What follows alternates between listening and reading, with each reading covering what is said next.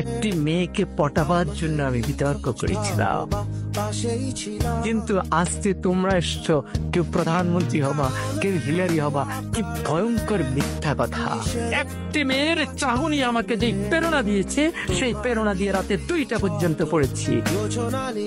এই যতবার লাগবে বলে মেয়েটি ততবার পলকে পলকে আমার দিকে তাকায়। এখন আমি ঠিক বুঝতেছি না কি লাগবে কি বলে।